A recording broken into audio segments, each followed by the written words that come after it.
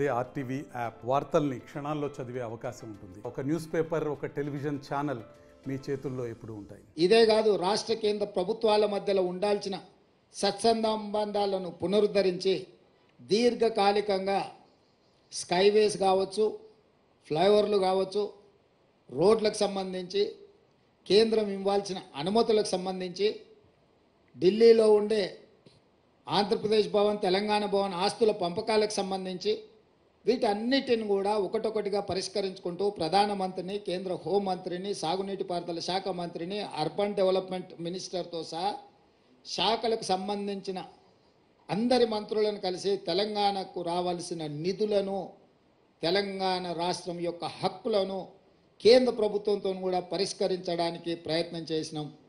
భేషజాలకు, పంతాలకు, పట్టింపులకు పోయి మనం వాళ్ళతోని పంతాలు పట్టింపులకు పోతే చివరగా తెలంగాణ ప్రజలకే నష్టం జరుగుతుందన్న విషయాన్ని, వాస్తవాన్ని గుర్తించి తెలంగాణ ప్రజలకు నష్టం జరగకూడదు, అవసరమైతే ముఖ్యమంత్రి ఒక మెట్టు దిగైనా వాటిని సాధించుకోవాలనే పట్టుదలతోని ఆ ప్రయత్నం చేసినాం.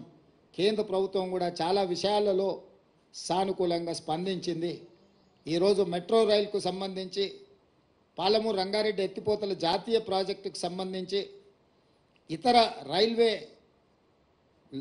ఏర్పాట్ల గురించి కానీ, జాతీయ రహదారుల విషయంలో కానీ కేంద్ర ప్రభుత్వంతో నిరంతరం సంప్రదింపులు చేపడుతున్నాము. ఎందుకంటే ఇవన్నీ కూడా రాష్ట్రానికి రావాల్సిన హక్కులు. ఇది ఎవరి దయాదాక్షిణ్యం కాదు.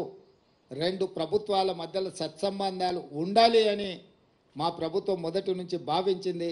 అందుకే రాజ్యాంగబద్ధంగా ఎన్నికైన ప్రభుత్వాలతో సరైన సత్సంబంధాలను నెలకొల్పడానికి కృషి చేస్తున్నాం. పక్క రాష్ట్రాలతో కూడా గిల్లి కజ్జాలు పెట్టుకోవడం లేదు. ఆంధ్రప్రదేశ్ రాష్ట్రంతో ఉన్న కూడా అపరిష్కృతంగా ఉన్న విభజన హామీలను కూడా, విభజనలో చిక్కుముళ్ళు పడ్డ వాటిని కూడా పరిష్కరించడానికి సంప్రదింపులను కొనసాగిస్తున్నాం. అందులో భాగంగానే ఢిల్లీలో ఉన్న ఆంధ్రప్రదేశ్ భవన్లో మన 42% వాటాల్ని మనము పరిష్కరించుకున్నాం. ఈరోజే మనకు ఆ కేంద్ర ప్రభుత్వం కూడా నోటిఫై చేసింది, మీ దృష్టికి వచ్చి ఉండొచ్చు. అదేవిధంగా తెలంగాణ అంటే టీఎస్ కాదు, టీఆర్ఎస్కు నకలుగా మారిస్తే దాన్ని టీజీగా మార్చినాము. తెలంగాణ రాష్ట్ర గీతంగా జయ జయ హే తెలంగాణను ఆమోదించుకున్నాము. తెలంగాణ యొక్క తల్లి అనంటే తెలంగాణ ప్రజలకు స్ఫూర్తి నింపే విధంగా ఉండాలి అని చెప్పి కవులను, కళాకారులను సంప్రదించాలన్న నిర్ణయం తీసుకున్నాము.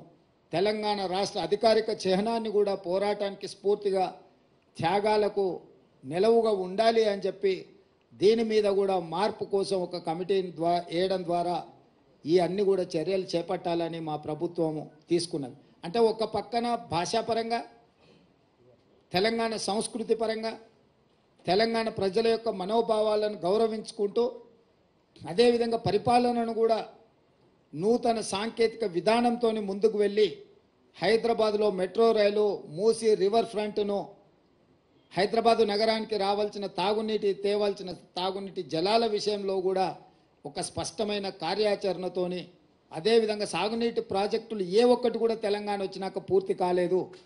ఉమ్మడి రాష్ట్రంలో మొదలైన ప్రాజెక్టులు కావచ్చు, తెలంగాణ రాష్ట్రంలో వచ్చినాక కేసీఆర్ పిలిచిన ప్రాజెక్టులు కావచ్చు, ఒక్కటి కూడా పూర్తి కాలేదు. వాటిని పూర్తి చేయడానికి కూడా ఒక మంచి కార్యాచరణను తీసుకొని మేము ముందుకు వెళ్తున్నాము.